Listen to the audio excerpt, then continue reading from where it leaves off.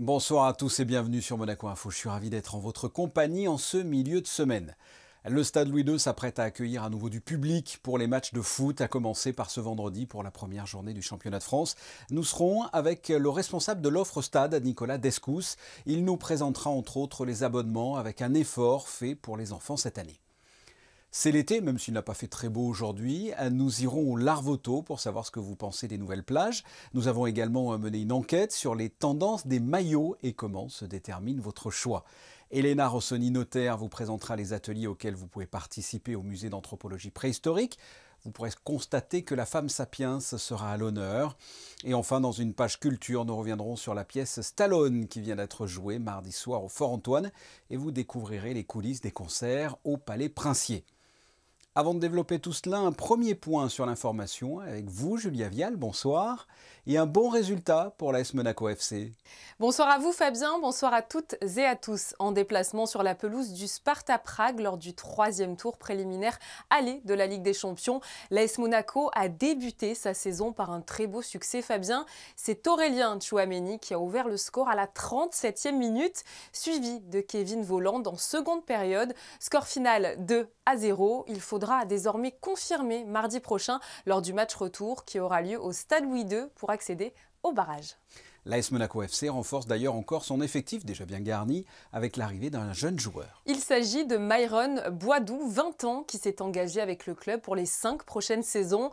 L'avant-centre d'origine néerlandaise a été formé par l'AZ Alkmaar, club qu'il a rejoint en 2013. En 2018, il signe son premier contrat pro avec le club et inscrit peu après son premier but en professionnel à l'âge de 17 ans. Myron Boadou compte ainsi déjà 38 buts et 18 passes décisives en 88 matchs. Vous l'aurez compris Fabien, ce joueur est un prodige. Lors de leur premier match européen, les joueurs de l'AS Monaco portaient leur nouveau maillot Third et une tenue en hommage au Rocher, Julia. Après avoir dévoilé ses tenues domicile et extérieur le mois dernier, l'AS Monaco est l'un des premiers clubs à présenter les couleurs de sa tunique Third pour la saison 2021-2022. De couleur blanche l'année dernière, l'équipementier du club a choisi une teinte crème cette saison.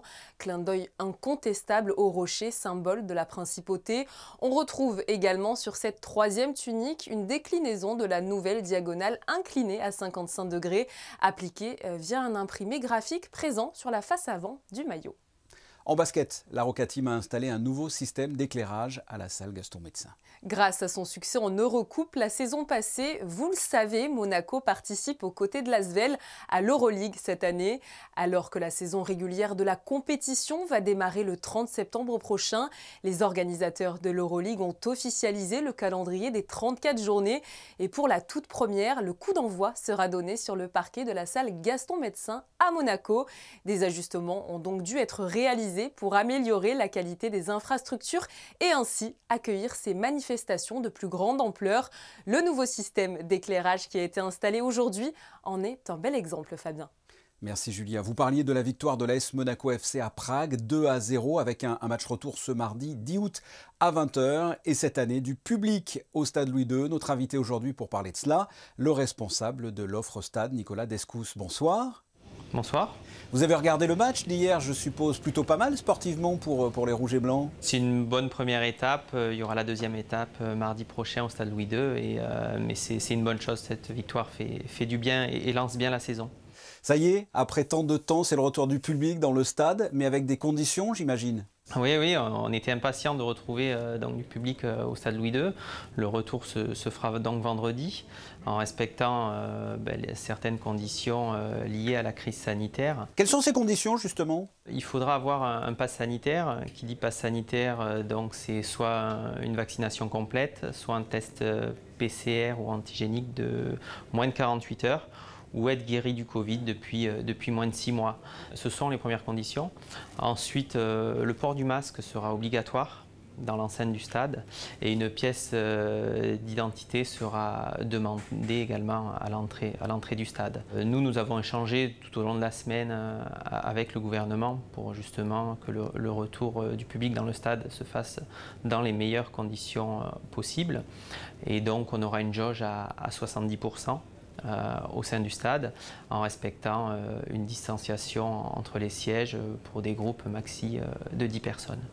Ça doit être excitant, comme ça, de revoir les sièges à nouveau disponibles et de pouvoir bientôt entendre des supporters. Ah oui, oui, parce que c'est long. Voilà, plus d'1 an et demi, c'est long pour tout le monde, aussi bien pour l'ensemble des salariés qui travaillent à l'organisation du match, aussi bien pour les joueurs, parce que c'est sûr qu'un stade vide manque d'émotion.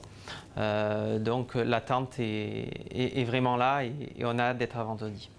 Vous avez en charge donc les abonnements et la billetterie. La programmation du championnat de France est connue. Qu'est-ce que ça donne? Il y a une émulation ou pas encore? Les gens sont un petit peu frileux. En fait, liés à la crise, ils sont un petit peu dans l'attente, c'est vrai. À ce jour, on a 1200 abonnés. On reste quand même dans des bons taux d'occupation, des bons critères, mais il n'y a pas eu une émulation folle voilà, à laquelle on aurait pu s'attendre. Oui, parce que l'Europe, cette année, ça va avoir une influence, j'imagine. Je pense que beaucoup de monde attend de savoir si nous allons participer à la Champions League ou à l'Europa League. Ce qu'il faut savoir, c'est qu'en tant qu'abonné, il y aura des priorités d'achat sur tous les matchs de Coupe d'Europe à des tarifs préférentiels. Donc voilà, il y aura peut-être cette attente qui fait qu'on aura un surplus d'abonnés d'ici la fin du mois et début septembre. Qu'est-ce que vous proposez comme type d'abonnement? Parce que vous l'avez dit, on navigue un petit peu encore à vue avec cette crise sanitaire. Quelles sont les propositions? La grosse nouveauté pour cette année, c'est l'abonnement Kids. Après discussion avec les groupes de supporters de l'AS Monaco, il y avait une volonté de rajeunir notre public et de favoriser voilà, la jeunesse.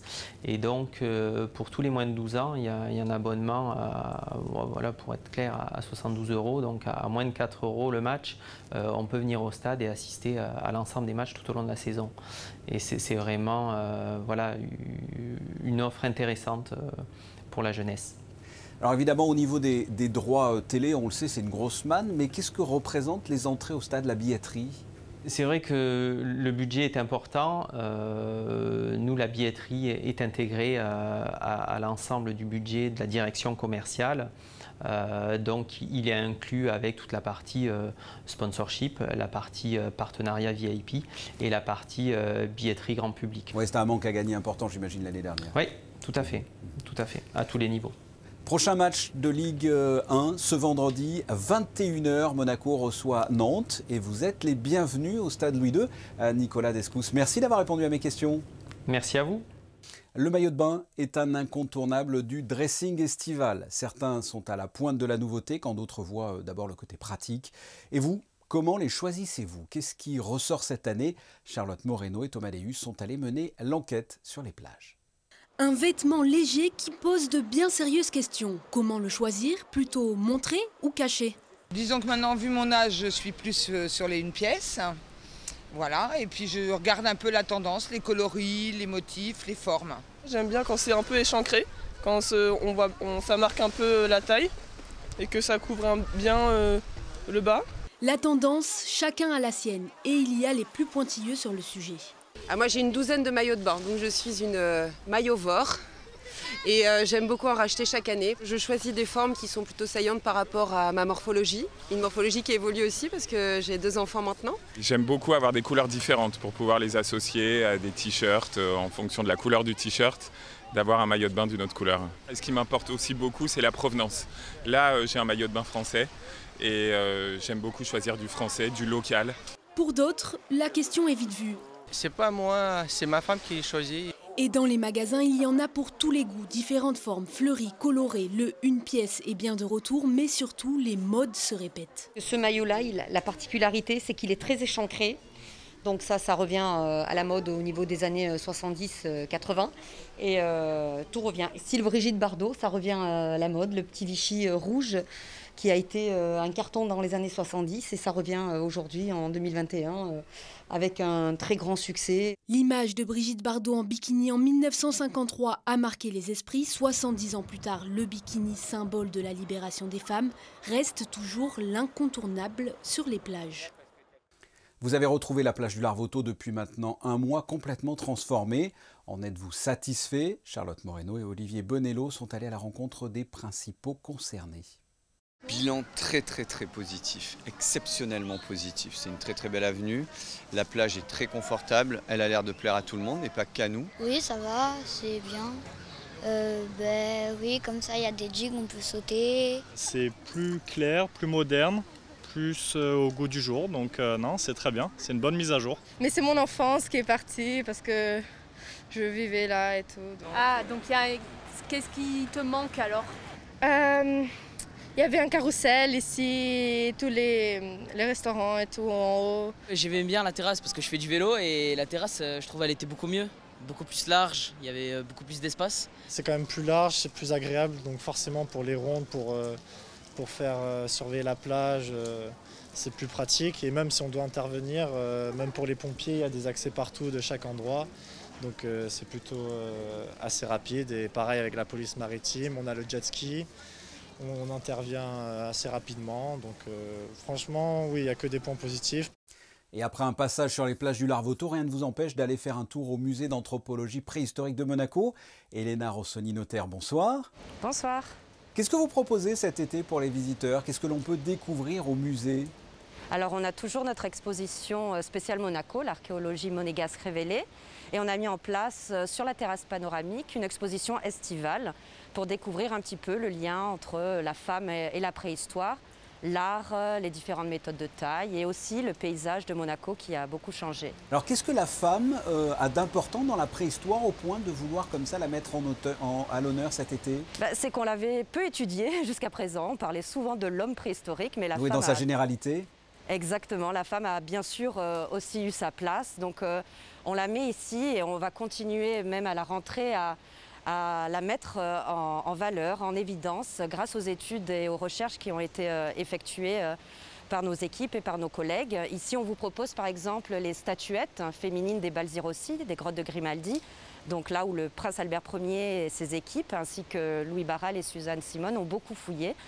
Donc il y a des propositions. Vous savez aussi qu'on a des sépultures originales et des reproductions.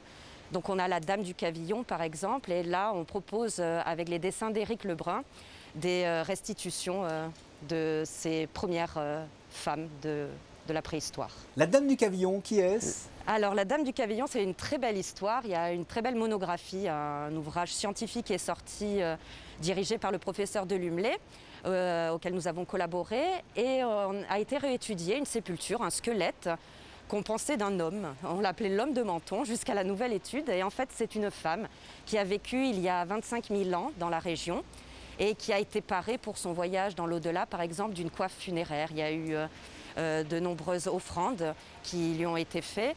Elle avait 37 ans et une très belle histoire de solidarité de son groupe est racontée ici au musée et aussi dans d'autres musées de la région. C'est ce que l'on va pouvoir donc découvrir au musée. Vous proposez aussi des activités, des ateliers? Oui, tout à fait. Alors vous savez que nous sommes très tournés vers les familles, les jeunes, les enfants. On accueille par exemple le CUN, les passeports culture, mais aussi toutes les familles pour des visites VIP, des escape games, des anniversaires aussi insolites. Donc tout le monde est bienvenu au musée cet été. Oui, il y en a pour tous les âges? Tout à fait. On va proposer d'ailleurs prochainement, pour la première fois, un atelier pour les 3-5 ans, pour les petits bouts de chou, et avec des fouilles, avec de la peinture et une première découverte de la recherche préhistorique. Et que faut-il faire pour participer à ces activités? Alors, bon, l'entrée, vous le savez, est soit gratuite sur présentation de la carte d'identité monégasque ou pour les enfants de moins de 5 ans. Sinon, c'est 1 €. Et pour tout ce qui est atelier et visite guidée, il y a les tarifs et l'inscription, bien sûr, auprès de l'accueil du musée. Elena Rossoni, notaire, merci d'avoir répondu à mes questions. Merci beaucoup, à bientôt. À bientôt. On vous retrouve, Julia, pour le reste de l'actualité en bref. Du 16 juillet au 14 août, comme chaque été depuis 45 ans, Monaco devient le lieu de rendez-vous incontournable des plus grandes stars avec le Monte Carlo Sporting Summer Festival. Ce vendredi 6 août, vous pourrez retrouver Paolo Conte qui entame une nouvelle tournée internationale en 2021. Après 4 ans d'absence, il sera de retour en principauté dans l'enceinte de l'Opéra Garnier. Le lendemain, le samedi 7 août, c'est la superstar Enrique Iglesias qui viendra se produire à la salle des les étoiles pour un concert exceptionnel. L'artiste latino le plus en vogue de sa génération a effectué 10 tournées internationales et compte plus de 45 récompenses à son actif. Après plusieurs performances devant plus de 10 millions de fans, il ne se rendra disponible que pour une poignée d'entre vous le 7 août en toute intimité. Julia, la dernière représentation théâtrale du Fort Antoine s'appelle « Le signal du promeneur ». Rendez-vous ce vendredi 6 août à 21h30 pour un spectacle qui tentera de répondre aux problématiques de notre société. Le signal du promeneur met en scène 5 porteurs de lanternes qui se sont rassemblés pour agir ensemble. Et pour cela, les acteurs se serviront de différents tableaux utilisant le chant, la musique live et l'humour. C'est une pièce qui vous fera à coup sûr réfléchir. Il s'agira, Fabien, vous l'avez dit, de la toute dernière représentation au Fort Antoine, alors profitez-en. Et avant cette dernière soirée au Fort Antoine, il y avait l'avant-dernière soirée qui a eu lieu ce mardi. Et vous allez le voir dans ce reportage de Sandrine Nègre, Sylvester Stallone est venu d'une certaine manière s'inviter dans ce lieu prestigieux.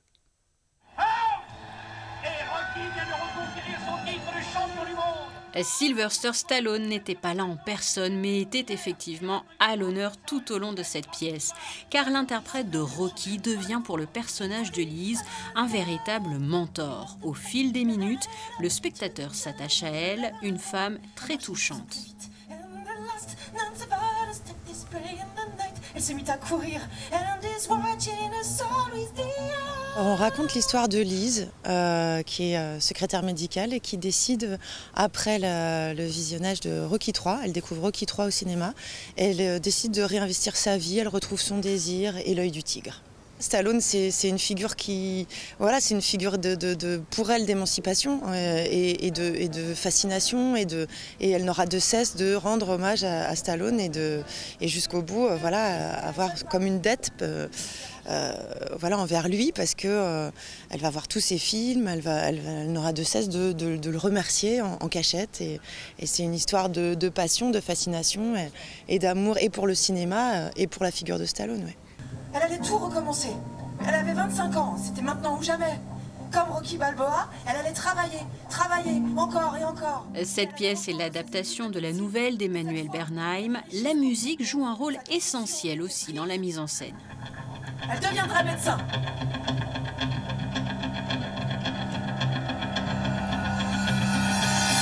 Le dimanche, Lise était rétablie. Dans ma rencontre et dans mon travail avec Clotilde M, parce qu'on a fait un long métrage ensemble, on a fait des courts métrages ensemble, donc on a développé une relation de travail. Et j'ai un amour très fort aussi pour le théâtre. À travers Clotilde, j'avais envie de m'autoriser à aller au théâtre. Et donc, voilà, c'est une sorte d'équation un peu magique entre l'écriture d'Emmanuel Bernheim, donc j'ai senti qu'il y avait un potentiel à accepter, parce qu'on raconte presque la nouvelle en tant que telle. Hein. La rencontre avec Clotilde, voilà, ça m'a autorisé au théâtre. Et puis Stallone est venu comme ça, un peu parrainer ce désir. Elle en faisait aujourd'hui le serment, et elle n'attendrait pas qu'il passe à la télévision. Non, elle irait les voir en salle, elle paierait sa place. Elle lui devait bien ça, car c'est grâce à lui que sa vie allait changer. Autre lieu ô combien prestigieux, la cour d'honneur du Palais Princier. Les dernières mesures seront jouées ce jeudi par l'Orchestre Philharmonique de Monte-Carlo. Ça a été au total 6 soirées d'été, mais pour qu'un tel événement puisse se dérouler sans encombre, des petites mains travaillent dans l'ombre. Alexandra Pani vous emmène dans les coulisses de ces emblématiques concerts du Palais Princier. Les portes de la cour d'honneur ne s'ouvrent que pour de rares occasions.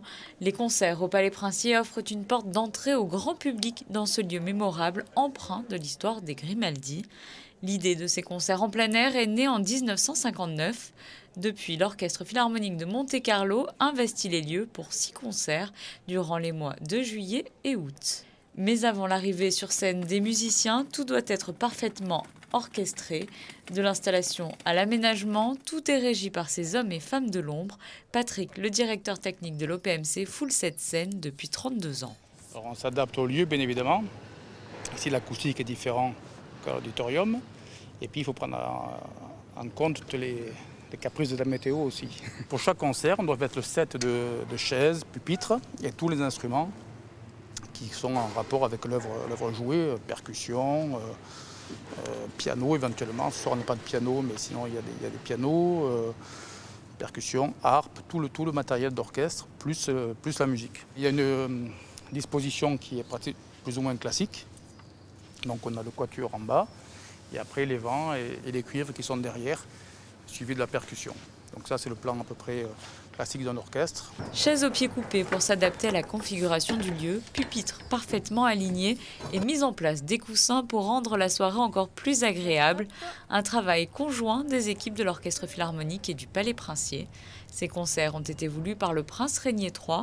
Les services du palais étaient dès le départ chargés de l'organisation des concerts, la gestion du public, l'entrée, les chaises, la scène ou encore les lumières.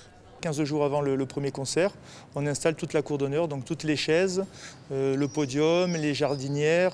Donc on installe la salle complètement pour les concerts. Que ce soit les menuisiers, les serruriers, les peintres, ça peut être n'importe quel atelier. C'est une équipe de 8 personnes pendant 2 semaines qui mettent en place tout ça, on va dire, en plus de leur travail habituel. Le jour J, donc après on a des placeurs, donc il y a une quinzaine de placeurs. Donc ça aussi c'est tous les corps de métier du palais, que ce soit aussi les lingères, aussi la maintenance. Donc il y a une quinzaine de placeurs qui, donc quand ils arrivent, ils mettent les coussins en place. Et ensuite, ils se changent et ils attendent le public pour les placer individuellement. Donc là on recule parce qu'on va se mettre en place pour la première pièce qui demande à ce que l'orchestre soit reculé pour pouvoir mettre le quatuor autour du chef. Une mise en place qui demande une grande précision. Une vingtaine de personnes s'agitent ainsi en coulisses, à l'abri des regards, des petites mains et des gros bras, sans qui la féerie de ces concerts d'été ne pourrait voir le jour dans cet écrin de la cour d'honneur.